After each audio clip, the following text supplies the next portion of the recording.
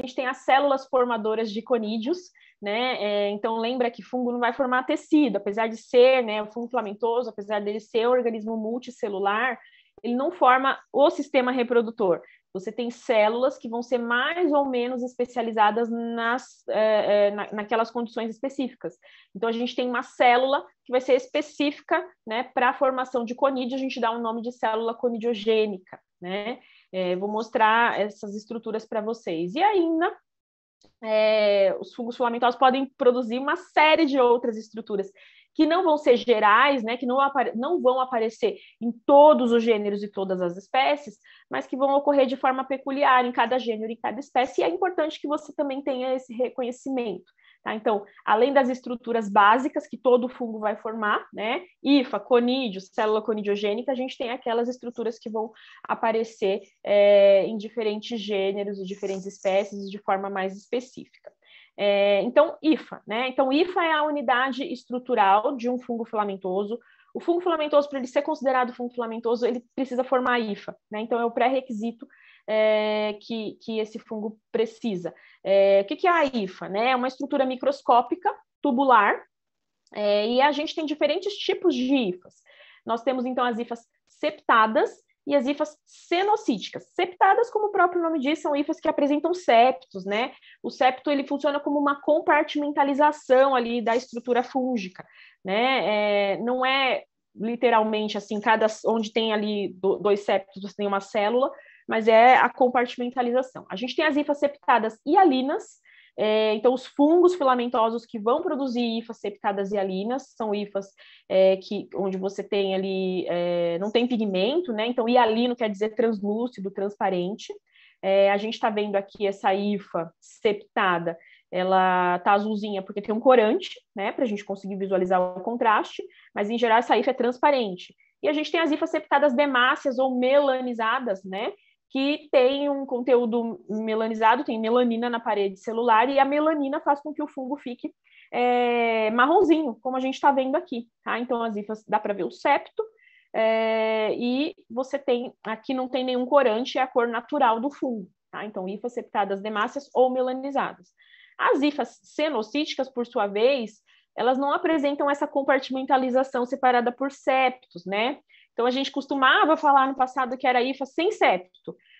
Na verdade, ele tem septo, sim, só que os septos ocorrem de forma muito mais espaçada entre um e outro, a ponto de muitas vezes a gente não conseguir enxergar um septo no campo focal do microscópio. Então, você vê a hifa cenocítica como um filamento contínuo, sem uma compartimentalização, ou com poucas compartimentalizações, com poucos septos. Então, são os 3 tipos de hifas que os fungos filamentosos podem produzir. Se for um fungo filamentoso hialino, ele vai produzir hifa septada hialina. Se for um fungo filamentoso demáceo, ele vai produzir hifa septada com melanina na parede, né, hifa melanizada. E se for um fungo que não apresenta, né, a septação, a gente fala que ele tem ali, então, a hifa cenocítica, tá? Então, são os 3 tipos de hifa que os fungos filamentosos podem formar. Isso é a unidade estrutural, é estrutura básica de fungo filamentoso. E faz parte, né, obviamente, do micélio vegetativo, é a parte do fungo que está captando nutrientes, tá? Então, essa é uma ideia importante para a gente pensar. O micélio reprodutivo dos fungos filamentosos, ele vai ser composto por todas as outras estruturas, então pelos conídeos, né, pelas células conidiogênicas, e a gente tem algumas outras nomenclaturas aí para ser firmada, né? Então, por exemplo, aqui eu tenho uma imagem microscópica de um aspergillus, que é um fungo super conhecido, né? Então, o aspergillus, ele tem ali algumas peculiaridades morfológicas que são inerentes, né, específicas dele. A gente tem aqui, olha, uma estrutura que é uma hifa, na verdade, mas a gente pode falar, né, que essa estrutura aqui, essa hifa, ela está segurando, né, ou está estruturando as estruturas reprodutivas do fungo. Então, a gente dá o nome dessa estrutura de conidióforo. Então, aqui tem um conidióforo. Na ponta do conidióforo tem uma vesícula, tá? Essa vesícula é algo que o aspergillus, toda espécie de aspergillus vai formar. Às vezes ela é mais redonda, às vezes ela é mais achatada, mais compridinha, mas é uma vesícula. Na superfície da vesícula, a gente tem as chamadas células conidiogênicas, as células formadoras de conídeos, né, que a gente dá o nome de fiálides. e depois, né, cada fiálide vai produzir os conídeos propriamente dito. E esses conídeos, eles se desenvolvem em cadeias, né? Então dá esse aspecto que parece aquela florzinha dente de leão, tá? Então todas essas características juntas compõem o micélio reprodutivo dos fungos do gênero Aspergillus, tá? Que são fungos filamentosos e alinos. Então, o reconhecimento dessas estruturas acaba sendo bastante importante. De novo, né? O que é o conídeo? Conídeo é a estrutura de reprodução assexuada dos fungos filamentosos. Todo fungo vai produzir o conídeo, e aí é que está a grande diferença de um fungo para o outro, né? Então, enquanto a hifa é uma estrutura constante ali, a gente tem aquelas 3 variações da hifa, hifa septadialina, hifa septadademácia ou hifa cenocítica, os conídeos são as estruturas que vão permitir que um fungo seja diferente do outro. Cada gênero e cada espécie vai apresentar um conídeo específico, um conídeo característico, tá? Aí existe toda uma classificação, né, para a gente trabalhar com os diferentes tipos de conídeos, né? Então, realmente, aqui tem uma condição de nomenclatura bem complicadinha, né? Então, por exemplo, a palavra conídeo, ela pode ser usada e pode ser substituída pela palavra esporo em várias situações. Então, às vezes você vai encontrar o termo esporo, esporulação, às vezes você vai encontrar o termo conídeo, tá? Então, se o conídeo for unicelular, você pode chamá-lo simplesmente de ameroconídeo ou de amerosporo, tá? Não precisa decorar, é só para mostrar que tem uma nomenclatura, né, para afirmar esses tipos de conídeos. O conídeo é bicelular, ele pode ser chamado de didimoconídeo ou de didimosporo. O conídeo é multicelular, ele pode ser chamado de fragmoconídeo ou fragmospora. Então, assim, o tipo de conídeo que o fungo vai formar, né? Como que é a morfologia desse fungo, se ele tem uma ou mais células. Tudo isso vai ser importante para o processo de classificação fenotípica, e é justamente, né, quando a gente vai identificar um fungo filamentoso, é justamente esses detalhes que vão permitir essa identificação, tá? Então, aqui é só para mostrar que existe uma classificação dos conídeos, tá? E isso, infelizmente, né, ou felizmente, é reconhecimento fotográfico. Quanto mais você vê, melhor vai ficando, mais simples vai ficando, essa é a verdade, tá?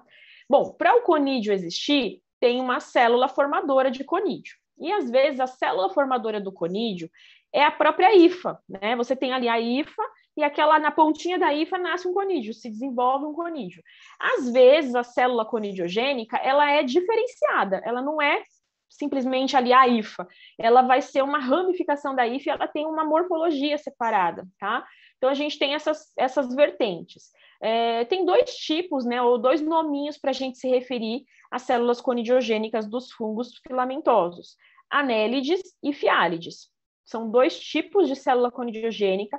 A função é produzir conídeo, porém, elas têm ali uma morfologia um pouquinho diferenciada uma da outra. Na maioria das vezes, não dá para diferenciar uma anélide de uma fiálide num microscópio comum, no microscópio de luz, né, um microscópio óptico.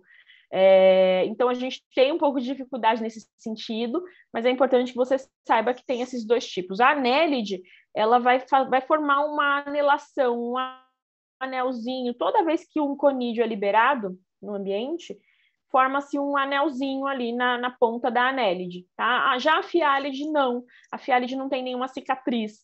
Essa é a principal diferença entre elas, mas às vezes essa visualização dos anéis ali, da anelação, ela é difícil no microscópio óptico comum, você precisa de outros recursos, um microscópio eletrônico ou algo nesse sentido, tá? Então, aqui, ó, a gente tem a hifa, essa hifa é septada, demácia, e aqui nós temos uma ramificação da hifa.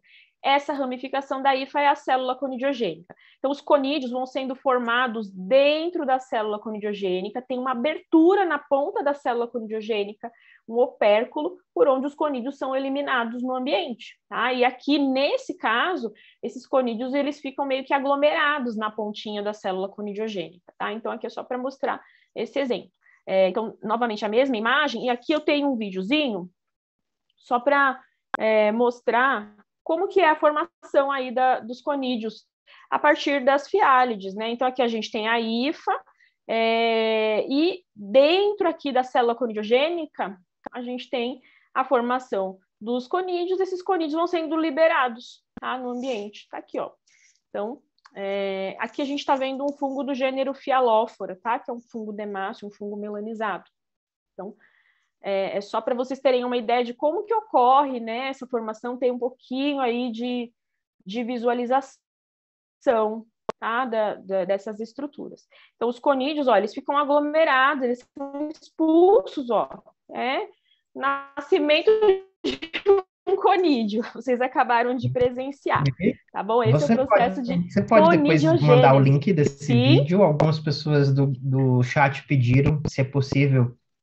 Eu não tenho link, eu tenho sim, tem alguns desses vídeos que estão na minha página do Instagram, mas eu mando, sem problemas. Não tem Tá problema, bom? você depois, se você quiser compartilhar sua página do Insta, o pessoal pode checar lá. Claro, tranquilo, eu mando sim. É bonitinho, né, gente, Obrigado. esses vídeos, porque, Obrigado. na verdade, assim, esses vídeos são super antigos, tá?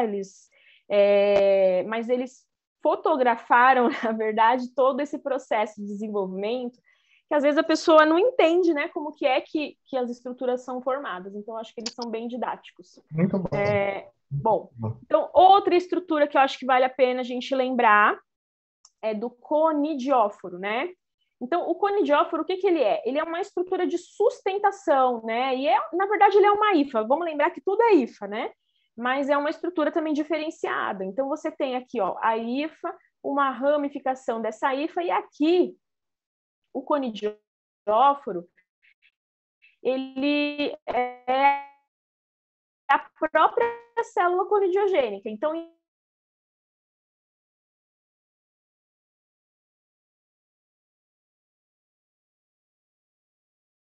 é a própria célula conidioica, essa sustentação. Às vezes, falar, o conidióforo, na verdade, ele vai suportar as células conidiogênicas, como que acontece no aspergillus. Então, aqui, a gente tem conidióforo,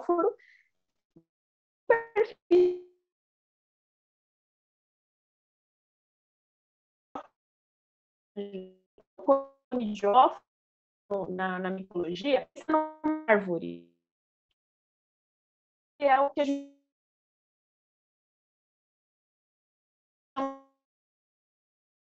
árvore sustentar. Ele vai apenas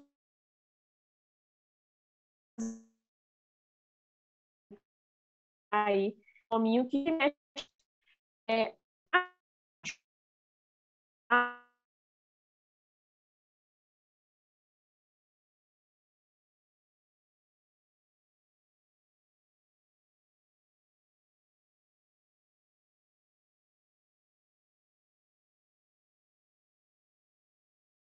a célula conidiogênica. Às vezes, a célula conidiogênica é a própria hifa, né? E nesse caso aqui de formação do artroconídeo, o que acontece? Você tem uma hifa e aí os septos vão surgindo. E esses septos vão surgindo de uma forma cada vez mais próxima um do outro, né? Um septo ali mais próximo. No local de formação do septo, você tem uma ruptura da parede celular do fungo e aí você forma pequenos fragmentos. Então, aqui tem um outro videozinho para mostrar esse processo de fragmentação de uma hifa. Veja, ó, formou um septo aqui formou outro septo, aqui outro septo, aqui outro septo. E no local de formação desses septos, você tem uma ruptura da hifa, né? Aqui, ó, vai formar um outro septo aqui. Então, essa é a condição para a formação dos artroconídeos. Vão ter muitos fungos que vão formar os artroconídeos justamente porque ele não consegue ter ali um gasto energético para formar uma célula conidiogênica. Então, vamos pensar o seguinte, para que o fungo faça uma ramificação, faça uma célula diferenciada para formar o conídeo, ele gasta energia. Às vezes, o fungo está num substrato que não tem tanto nutriente assim. Então, ele vai simplesmente fragmentar a sua hifa. E qual que é o objetivo da formação do artroconídeo? Dispersão, né? Então, o fungo ele vai formar a hifa, que é uma estrutura pesada, né?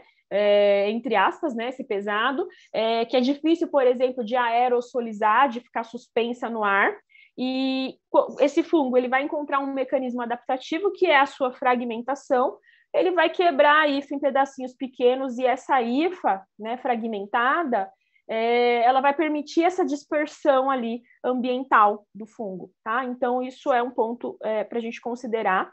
A maioria dos fungos filamentosos vai produzir artroconídeo, tá? A maioria dos fungos filamentosos produz artroconídeo, não é algo específico, mas tem fungo que simplesmente não vai formar. Sim, nas hifas septadas, né, é o que vai acontecer a formação do artroconídeo. Os fungos que produzem hifa cenocítica, geralmente eles têm um arsenal ali, um outro mecanismo, que é uma boa dispersão através da produção mesmo de esporos, né? Então, eles produzem muitos esporos. Não é que eles não podem fazer artroconídeo, mas é que justamente ele não é uma atividade que o fungo tem, né, de formação de septo. Então, a gente não vê muita formação de artroconídeo em fungo que tem hifa cenocítica, não. Tá? Em geral, ele faz estrutura grande, ele tem outros mecanismos ali para conseguir se dispersar no ambiente. Muito bem, né? Então, ok. Qualquer dúvida é só falar mesmo, viu, gente? Clamidoconídeo ou clamidósporo, né? Também é uma estrutura que é super válida da gente comentar, tanto entre os fungos filamentosos quanto entre as leveduras, né? Então, o que é o clamidoconídeo? Clamidoconídeo geralmente é uma célula arredondada que pode acontecer na hifa, né, de forma intercalar a hifa, ou ela pode ocorrer ali no ápice da hifa, na pontinha da hifa, e é considerado uma estrutura de resistência ou de sobrevivência do fungo no ambiente. A verdade é que o clamidoconídeo, ele possui ali uma parede celular mais espessa, né, uma parede mais reforçada, ele tem um nível de contenção de nutrientes maior e, em geral, quando um fungo passa por uma condição nutricional ruim, ele acaba tendo, né, a capacidade de produzir os clamidoconídeos, que são essas estruturas de sobrevivência, né? Quando tudo da hifa morre, o clamidoconídeo ele sobrevive, né? Dando aí uma capacidade de sobrevivência mesmo ali do fungo em condições inóspitas. A maioria dos fungos filamentosos tem capacidade de produzir clamidoconídeo, e é um achado, né? Quando a gente vai fazer a microcultura, em geral a gente vê essas estruturas presentes nos fungos filamentosos.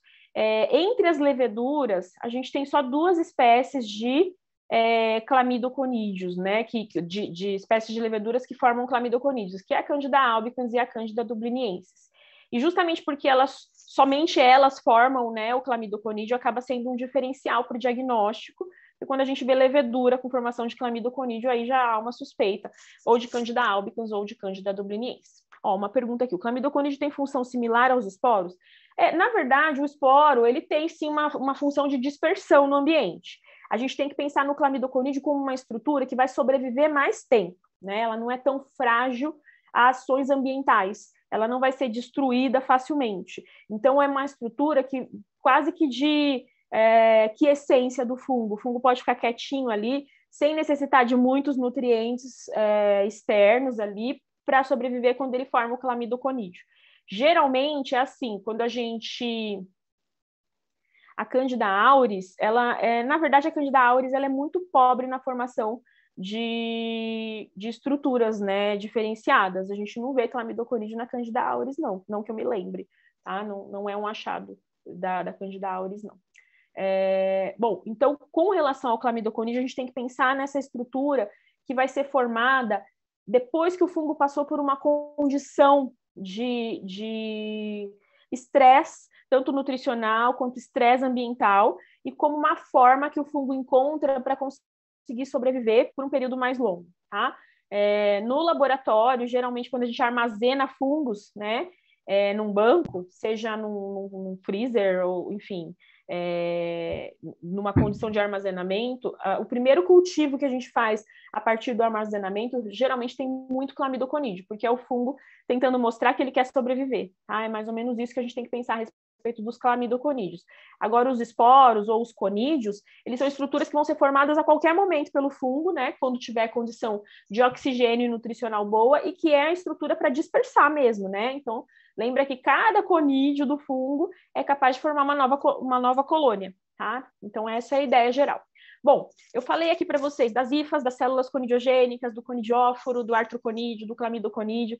Essas estruturas são estruturas básicas que você precisa entender para que elas servem, quando elas ocorrem, entre os fungos filamentosos. Então, é claro que tem muitas outras estruturas que vão ser formadas por fungos filamentosos, mas como eu falei, essas outras estruturas elas não ocorrem de maneira assim tão geral, né? Então, eu quis colocar aqui só o principal mesmo, para você não se perder na hora de fazer um processo de identificação e saber reconhecer essas estruturas.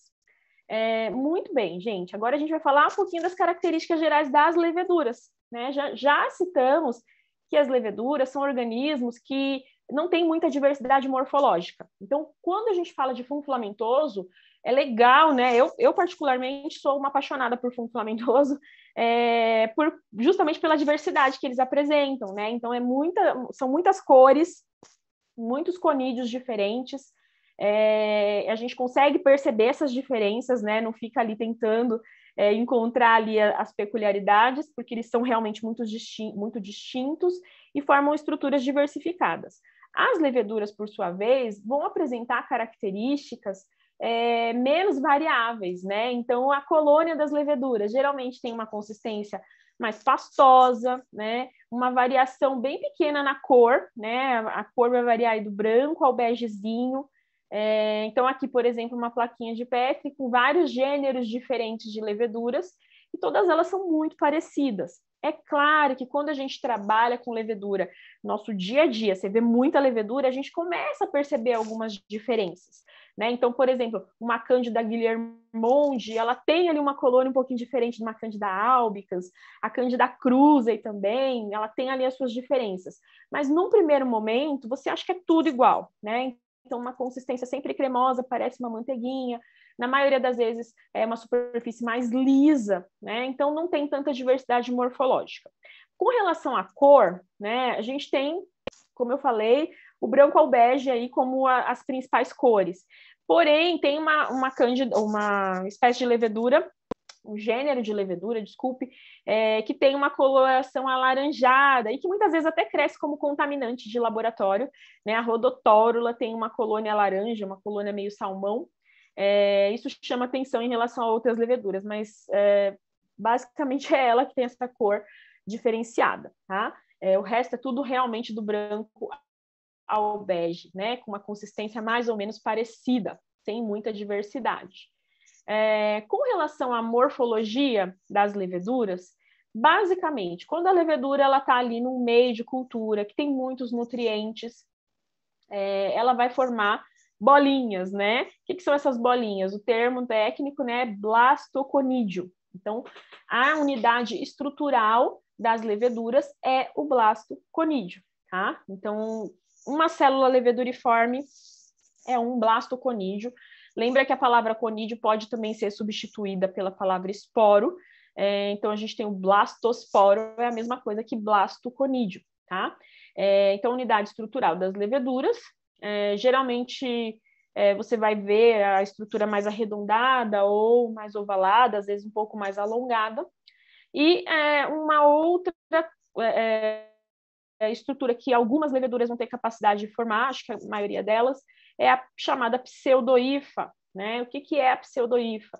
Nada mais é do que um blastoconídeo que se alongou para aumentar a superfície de contato com o meio externo e aí fica com esse aspecto parecido com uma hifa, tá? Tem algumas leveduras que vão conseguir formar filamentos reais, filamentos verdadeiros, né? Geralmente a gente estimula isso no laboratório, mas tem ainda algumas leveduras, como o Trichosporum, por exemplo, que naturalmente pode formar hifa verdadeira também. E essa característica, né, de formação de hifa verdadeira em leveduras só nos mostra, né, que a micologia não é uma ciência exata, porque seria muito bom que a gente pudesse falar, só quem forma a hifa verdadeira é fungo filamentoso. Levedura nunca vai formar a hifa pseudohifa, mas isso não é verdade. Então, temos sim algumas leveduras que têm capacidade de formar filamentos reais, filamentos contínuos, tá? Mas são poucas, e em geral as leveduras vão formar, se ela tiver capacidade, ela vai formar a pseudohifa. Então, de novo, blastoconídeo é a unidade estrutural das leveduras. Você tem lá uma célula redondinha ou ovalada. A maioria das leveduras se reproduz por um processo que nós chamamos de brotamento, né? na verdade é uma reprodução blástica. Veja como a gente ainda tem características, né, da botânica, né? Levedura não é vegetal, mas a gente fala que ela brota, né? Quem brota é vegetal, mas enfim, é uma reprodução blástica. A Patrícia perguntou aqui, olha, a levedura pode formar artroconídeo também? Se ela formar hifa verdadeira, como o tricósporum, por exemplo, o tricósporum é uma levedura que tem capacidade de formar tantas estruturas de leveduras quanto estruturas de fungo filamentoso. Ele forma a hifa verdadeira. Então, justamente porque ele forma a hifa verdadeira, ele pode fragmentar essa hifa e formar o artroconídeo. Mas é o tricósporum, né? Em geral, a gente não vê outras leveduras formando artroconídeo, não. Tá? Então, o tricósporum consegue, sim, formar artroconídeo. Geotrícon não é uma levedura. O geotrícon é um fungo filamentoso erroneamente classificado durante um tempo da vida dele como levedura. O geotrícon só forma hifa verdadeira, ele é fungo filamentoso e ele forma artroconídeo também. Inclusive, essa é uma diferença, né, entre levedura, entre tricósporum e geotríco. O tricósporum é levedura, o geotríco é fungo filamentoso. Perfeito. Isso que a Vivi colocou é muito importante, porque eu sofri muitos anos com tricósporo, foi minha tese de mestrado, e assim, o geotrícon, ele não tem blastoconídeo, tá bom? Então, é por isso que reforça essa reclassificação aí dele como sendo filamentoso e não como levedura, embora ele pareça muito com tricósporo, a colônia parece muito, cresce muito rápido, mas a estrutura dele, né, não tem estruturas de levedura. É só hifa verdadeira e pode ter artroconídeo, tá bom? Então, teve um tempo aí na história do geotríco realmente que ele foi classificado de forma incorreta, mas ele não é uma levedura, ele é um fungo filamentoso. Tá? Então, quem produz estrutura de levedura e fungo filamentoso é o tricósporo. O geotríco só tem hifa, não tem blastoconídeo, não forma pseudohifa, ele só forma artroconídeo e hifa, né?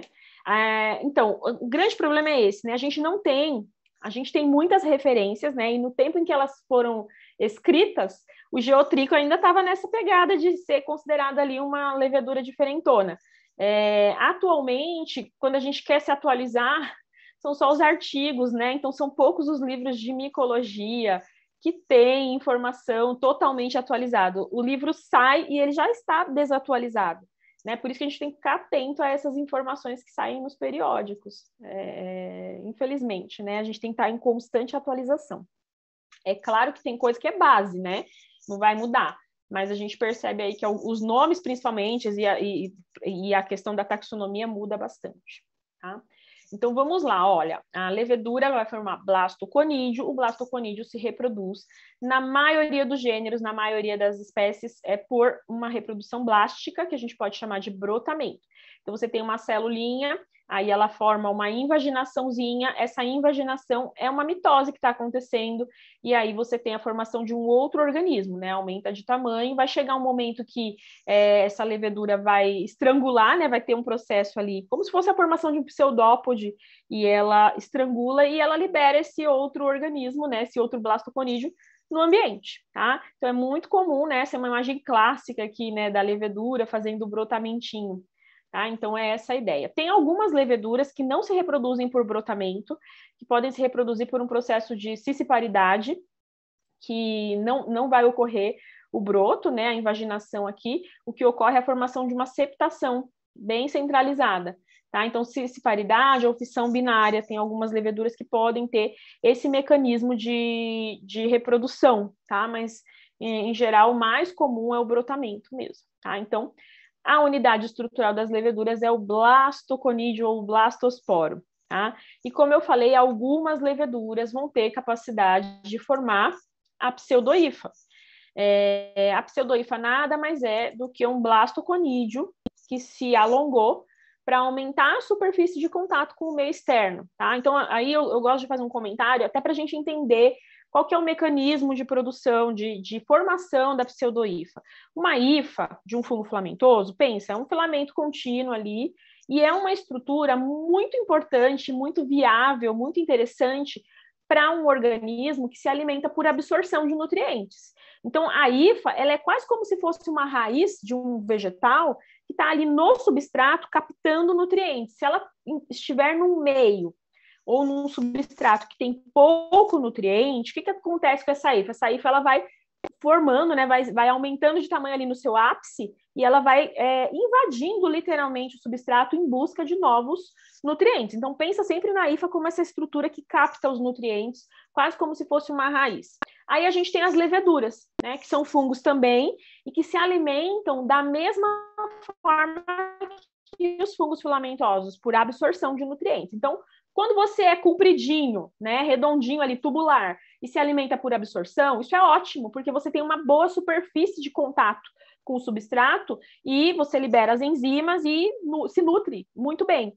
Agora, pensa numa levedura que é um organismo redondo, não tem tanta superfície de contato com o substrato. Né? Então, qual que é o mecanismo que a levedura tem, o mecanismo adaptativo que as leveduras fazem para conseguir se nutrir melhor numa condição onde há pouco nutriente? Aquilo que é redondinho, que é ovalado, ele se alonga para aumentar a superfície de contato com o meio externo e conseguir se nutrir melhor. Então, em geral, as leveduras elas vão formar a pseudohifa quando elas estão dentro de um processo de invasão também. E é isso. A pseudohifa nada mais é do que um blasto conídeo que se alongou para aumentar a superfície de contato com o meio externo. Tá? Então, essa é a ideia principal a respeito da formação da pseudohifa.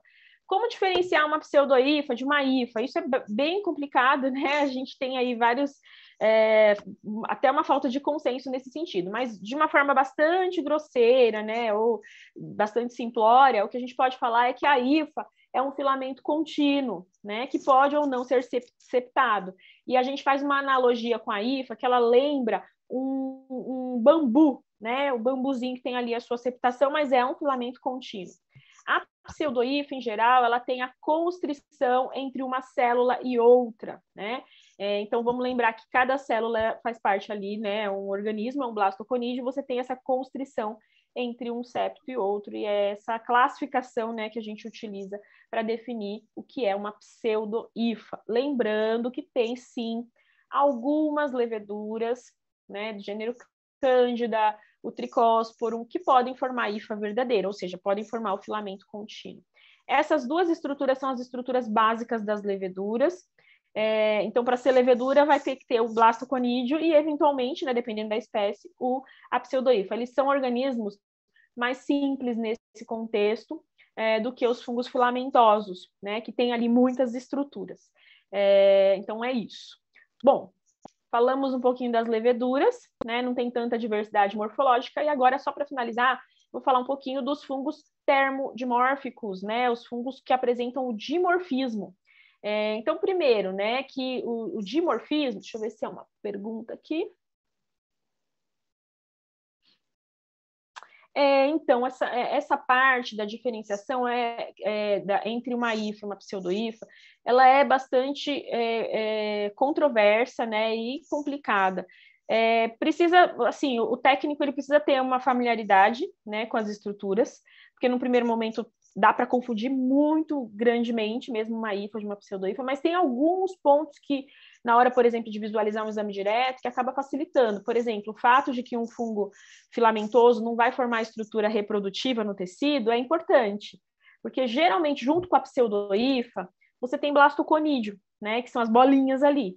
E junto com a hifa, você não vai ter essas estruturas reprodutivas. Então, tem alguns caminhos que a gente pode auxiliar, né, e que pode citar, mas isso é mais na prática mesmo, ali no dia a dia, né, mas de uma forma geral é difícil fazer essa diferenciação entre hifa e pseudohifa. Vivi, só um minutinho. Eu encaminhei para vocês um artigo de Geotrico cândido, mostrando que ele é um fungo filamentoso yeast-like, né? Ele parece com levedura, mas ele é um fungo filamentoso. E estou aqui procurando um outro sobre padrão ouro de classificação fúngica, tá? Para mandar para vocês o link. Agora, o que a Sulemar está colocando, quando a gente está no dia a dia na bancada, Sulemar, minha sugestão é assim: tudo isso que a Vivi está falando é muito, muito importante e a gente precisa ter esse conteúdo em mente. E quando a gente está na bancada, você vai por material clínico. O que é que causa infecção em determinado sítio?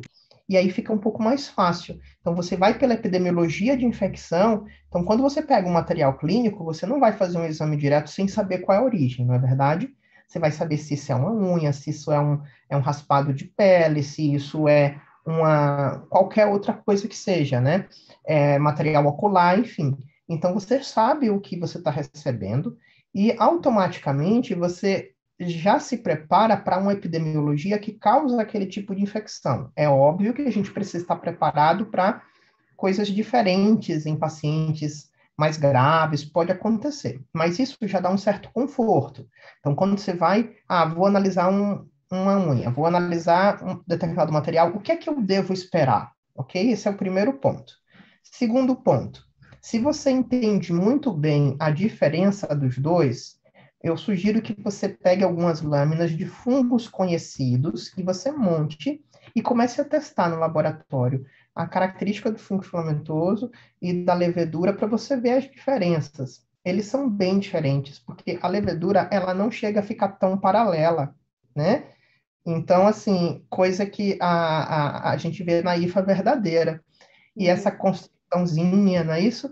Então, da levedura. Então, esses detalhes ajudam muito a você, na rotina, tirar essa chateação que dá na gente, né? Muito nome, muita coisa, mas a gente precisa saber, né, Vivi? Isso, exatamente.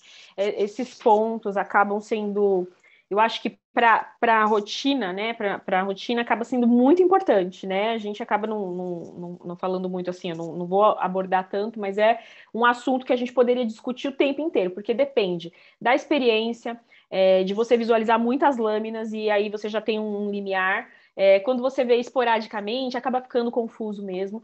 A gente tem algumas diquinhas, né? A septação, ela ocorre onde, né? Se tem ali um ângulo de ramificação, isso tudo pode auxiliar. Como o Thomas falou, a parede meio tortuosa, se ela é mais retilínea, tudo isso ajuda, mas depende muito da prática, né? Então, assim, só visualizar numa imagem fica complicado mesmo, né?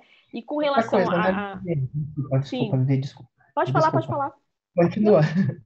Não, A Sulemar ela colocou aqui uma outra coisa, né? Que ela sempre tem dúvidas, porque às vezes em onicomicose parece que tem as duas coisas, ela às vezes parece sim. que tem. Você pode comentar sobre isso, Sim, Vivi? eu posso. É que acontece que, assim, por exemplo, dermatófito é o principal agente de onicomicose, né? A gente encontra muito dermatófito.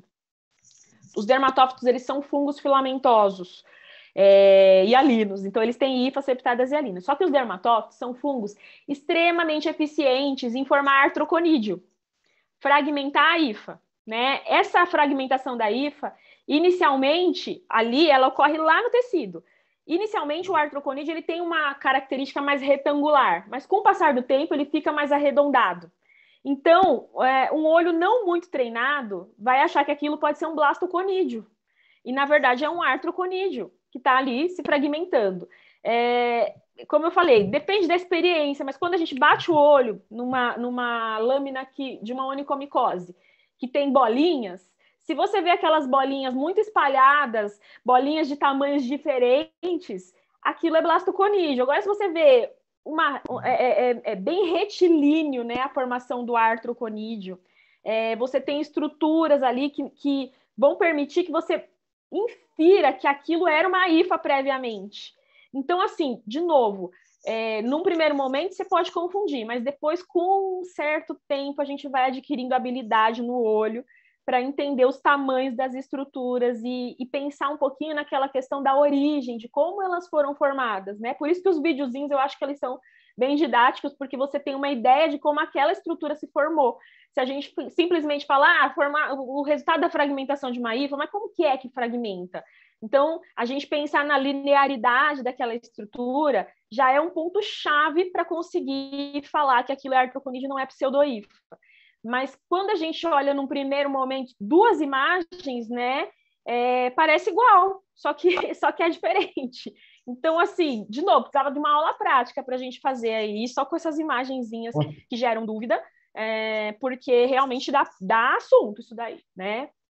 Vamos montar um curso, vamos montar. Ô, Sulemar, só mais uma coisa, assim, o que é muito importante, se você for estabelecer uma rotina de micologia, eu acho extremamente importante, quando há uma onicomicose, você ter a fotografia da lesão, Acho que isso ajuda muito quando você tem a fotografia da lesão, o tipo de lesão, se ocorre na borda periungueal, se é paroníqua, que tipo de característica que tem na unha, isso vai ajudar muito a saber qual é o tipo de fungo que causa.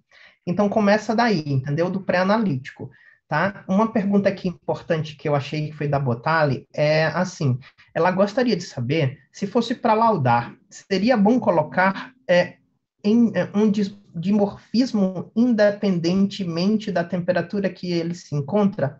Então, a gente está falando de quê aqui, Botali? A gente está falando de exame direto, pelo que eu entendi, certo? Se for exame direto, você vai colocar as estruturas que você encontrou, né? A morfologia, ponto. Em um exame direto, que você está vendo assim, chegou o material e você vai analisar, você pode ter estruturas que você consegue definir como blastoconídeo, que você consegue definir como pseudohifa, você consegue definir como hifa artroconídeo, enfim. E às vezes, quando chegar numa situação dessa, como a Vivi falou, que o olho não está treinado e existe uma certa dúvida, o que é que você acha, Vivi, de colocar a presença de estruturas fúngicas numa situação de dúvida? Uhum. Porque aí você não se compromete, não é? Exato. Uhum. Eu acho que não, eu concordo plenamente. Presença de filamentos, né? Quando a gente fala em filamentos, esses filamentos podem ser pseudofilamentos ou filamentos verdadeiros. Então a gente viu estruturas que são filamentos, mas você não está falando exatamente o quê. Eu acho que o grande problema, até para o clínico, né? Eu tô mais do outro lado da história hoje em dia. E eu recebo muitos médicos que vêm com esse questionamento. Fala assim, olha, eu recebi um laudo que estava aqui, presença de dermatófito no exame direto. Então, eles já inferem que ali tem um dermatófito, mas como saber se ali é um dermatófito? Eu falo que o laboratório errou, né? Porque não dá para falar que é um dermatófito só de ver um exame micológico direto. Apesar da gente ter ali os artroconídeos como estruturas que vão ser formadas na maioria das vezes por dermatófitos, você não consegue fazer essa inferência. Então, como o Thomas falou, eu acho que você, num reporte, né, de laudo de exame direto, você vai colocar as estruturas que você viu. Tem algumas doenças fúngicas que a gente consegue sugerir, sim, né, inferir ali o que pode ser. Mas na grande maioria delas, você faz só o descritivo, né, das estruturas. E quando você tem alguma dúvida, sim, colocar, presença de filamentos, presença de esporos, ou se você não consegue, né, caracterizar aquilo como um blastoconídeo ou como um artroconídeo, ou você tenta não se comprometer até para facilitar o trabalho de quem recebe esse laudo, né? Porque muitas vezes o clínico ele vai definir a terapêutica, por exemplo, de uma onicomicose, isso é super sério. Ele define a terapêutica da onicomicose com base no laudo. Se você falar que viu levedura, ele vai usar terbinafina. Se você falar que viu dermatófito, desculpa, se você falar que viu levedura, ele vai usar um azólico. Se você falar que viu artroconídeo, ele usa terbinafina, porque é o mais indicado. Então, assim, muda a terapêutica. E a gente sabe, por exemplo, se o paciente tiver uma levedura, você prescrever terbinafina, dificilmente você vai ter uma resolução do quadro, né? Então, assim, pensa na responsabilidade que nós temos, né, de liberação de um laudo bem escrito. Então, esse também é outro assunto que poderíamos falar a tarde inteira só sobre isso, porque gera bastante confusão, gera bastante comentários, tanto de um lado quanto do outro, né? Tanto do lado laboratorial quanto do lado clínico. Uma coisa que é importante a gente saber, né, Vivi, o que é uma informação que é importante para o laboratório e qual é a informação que é importante para o médico. Então, por exemplo, só complementando a pergunta da Botali, eu saber que é um fungo dimórfico, isso ajuda a gente como laboratório no momento da identificação, tá certo? Então, a gente está falando da identificação do fungo, quando ele ficou em temperatura ambiente ou um pouco mais aquecida, se ele estava filamentoso ou leveduriforme, isso que é o dimorfismo. Essa informação de dimorfismo, ela é importante para você associar o que você está pesquisando.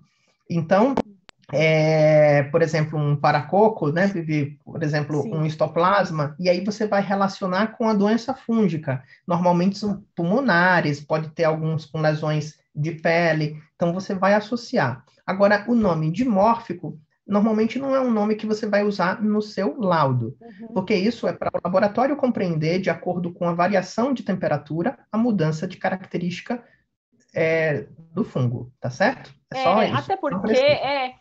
Até porque o dimorfismo não é algo que você consegue ver Claro. rapidamente, ele não se faz rapidamente no laboratório, às vezes são meses, né, para você conseguir fazer uma reversão, uma transversão ali da morfologia do fungo. Então, realmente não é necessário usar esse termo, né? A Sulemar também ela perguntou sobre a malacésia, né? Então, por exemplo, quando você vê aquele arranjo característico da malacésia na pitiríase versicolor, que é um arranjo exclusivo, né, blastoconídeos agrupados junto com os filamentos ou pseudofilamentos curtos, ali é o espaguete com almôndegas, entre aspas, né?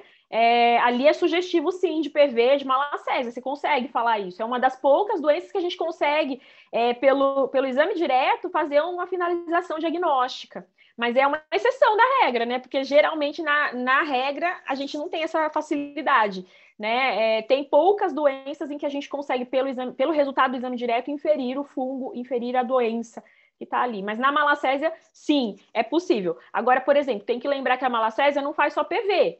Ela pode fazer foliculite pitirospórica, ela pode estar associada a dermatite seborreica, ela pode estar fazendo outras doenças, outras dermatoses também. Então, a gente precisa, né, entender que tem um arranjo específico para PV, mas para as outras doenças não tem arranjo específico. Aí a gente já não consegue falar muita coisa. Tá? Então, acho que esses são os pontos aí importantes para considerar. Bom, vamos lá, falar um pouquinho dos fungos dimórficos, então, né? Então, de novo, o dimorfismo fúngico é aquele ponto de intersecção entre os fungos filamentosos e as leveduras. São poucos os fungos que têm essa característica, esse potencial, né, de fazer um passeio entre a fase filamentosa e a fase leveduriforme. Lá no começo da aula, né, alguém falou que gostaria de entender um pouco melhor esse processo, e aí também só para a gente fazer um comentário, né, geral, é o seguinte, quando o fungo está na temperatura ambiental, e ele é dimórfico, né, ele é termodimórfico, ele vai ter um comportamento filamentoso. A gente tem que pensar que o fungo filamentoso ele consegue produzir muitos esporos, e isso vai ser bom para dispersão do fungo no ambiente, então é viável para o fungo se manter como filamentoso quando ele está na temperatura ambiental, entre 25 até 30 graus. Uma vez que esse organismo foi inalado, né, e ele entrou no organismo humano, o que a gente tem? Uma transformação do fungo de filamentoso para levedura. Por que acontece essa transformação? Primeiro, porque é viável para o fungo.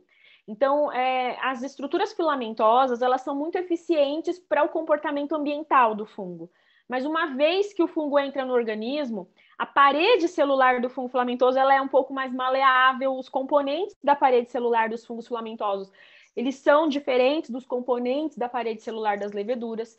Então, o que faz com que um fungo filamentoso, quando ele entra no organismo humano, ele seja facilmente, por exemplo, digerido por um macrófago. Então, a primeira coisa que vai acontecer quando um fungo dimórfico entra no organismo foi detectado um corpo estranho pelo sistema imune. O macrófago vai ser a célula que vai se apresentar ali e vai tentar destruir aquele corpo estranho. Se o fungo dimórfico continuar como filamentoso, ele vai ser realmente facilmente aniquilado pelos macrófagos. Então, o que acontece? Qual que é o mecanismo adaptativo aí? O fungo dimórfico ele tem a capacidade de mudar os componentes da sua parede celular. Ele vai fazer com que a parede celular fique um pouco mais rígida, mais espessa. Né? Então, você tem concentrações de beta e de alfa-1,3-glucana nas paredes. Fungo filamentoso tem mais beta-1,3-glucana e fungo leveduriforme tem mais alfa-1,3-glucana. A alfa-1,3-glucana confere para o fungo uma maior resistência ao sistema imunológico, principalmente a resposta inespecífica, a resposta celular. E com isso o fungo consegue sobreviver às ações do sistema imune. Sem falar que o fungo filamentoso, para ele se reproduzir ou para ele se invadir ali no tecido, ele tem que formar a hifa. A hifa é uma estrutura contínua. Já as leveduras, né, são bolinhas, lembra? Blastoconídeo. Então, existe uma facilidade maior de dispersão também, de disseminação das estruturas fúngicas leveduriformes quando elas estão no organismo humano. Então, esses são mecanismos aí para a gente entender a questão do dimorfismo, do termodimorfismo. Tá? Então, os fungos que têm essa habilidade de alterar sua morfologia com base na temperatura, eles são aqueles fungos que vão fazer quadros clínicos sistêmicos graves, nos pacientes, né, e vão acometer tanto o indivíduo imunocompetente quanto o imunodeprimido, justamente pelo potencial adaptativo que eles têm. Então, quando o fungo se transforma em levedura, é porque é viável para ele se transformar em levedura, vai ser vantajoso, na verdade, ele vai conseguir sobreviver às ações do sistema imune. Se ele permanecesse como fungo filamentoso, ele facilmente seria aniquilado ou digerido ali pela resposta celular imediata, resposta inespecífica. Tá? Então, essa é a ideia do dimorfismo. Então, de novo, é vantajoso para o fungo fazer essa alteração. E são poucos os fungos que vão apresentar, né, essa característica de termodimorfismo. E aí eu acho que é válido só fazer um adendo que a gente tem outros fungos que não são termodimórficos, mas que conseguem alterar a morfologia também, né? São os fungos chamados de polimórficos ou pleomórficos. Então, quando a gente usa o termo termodimorfismo, está relacionado diretamente com a alteração da temperatura. É a temperatura que vai permitir que o fungo seja filamentoso ou leveduriforme. Mas a gente tem outros fungos que podem fazer uma alteração morfológica que não é baseada, né? Não tem como base a temperatura. Para esses fungos, a gente não usa o termo termodimórfico, a gente pode usar o termo pleomórfico, polimórfico, tá? Então, essa é só também um adendo aí para ser comentado. Muito bem, gente. Aqui é rápido, né? A gente vai falar só um pouquinho, de forma bastante geral, sobre fatores de virulência, né, entre os fungos. O primeiro ponto é que, assim, os fatores de virulência, eles estão relacionados com a capacidade metabólica que um fungo tem para exercer um papel mais ou menos patogênico naquele organismo. Tá? Então, eu só vou citar esses 4 exemplos aqui para vocês, por quê? Cada gênero e cada espécie de fungo vai ter os seus fatores inerentes, os seus fatores de virulência próprios. Por exemplo, o Cryptococcus é uma levedura que tem aí o neurotropismo. A gente explica o neurotropismo por conta da produção de melanina, por conta da produção de urease, mas são mecanismos ali específicos do Cryptococcus. Né? A gente tem o Aspergillus, com uma série de produção de proteases, que também são específicas do Aspergillus. Então, eu vou citar 4 pontos aí importantes que permitem que os fungos exerçam um papel patogênico, né, e que são ali os fatores de virulência inerentes a todos, né, ou mais comuns em todos. Primeiro, a gente já falou bastante da questão do crescimento a 37 graus, né? Então, o fungo que consegue se desenvolver na temperatura corpórea humana é fungo que tem virulência. Por si só, então, a habilidade de crescimento a 37 graus é um fator de virulência entre os fungos patogênicos. E aí a gente cita de novo o termodimorfismo como um ponto importante, né, de virulência, de adaptação, né, e que permite que o fungo se instale como um agente patogênico primário, patógeno primário. A gente já falou bastante, né, desde lá do início, que os fungos, eles são organismos que se adaptam em diferentes ambientes porque eles produzem metabólitos que vão ser importantes para o desenvolvimento dele em determinados ambientes. Então, existe um arsenal enzimático que cada fungo pode exercer na dependência do substrato onde ele está inserido. Então, por exemplo, os dermatófitos são fungos que fazem micoses superficiais e cutâneas. A gente não encontra muito facilmente um dermatófito fazendo fungemia. É possível, mas é raro, né? Por que o dermatófito não é um fungo que faz muita fungemia ou que não faz doença pulmonar, por exemplo, mas está muito relacionado a fazer uma micose superficial, a acometer a pele, pelo e unha, né? Por quê? Porque os dermatófitos são os principais fungos ou os melhores fungos produtores de queratinases, né? Enzima que degrada a queratina.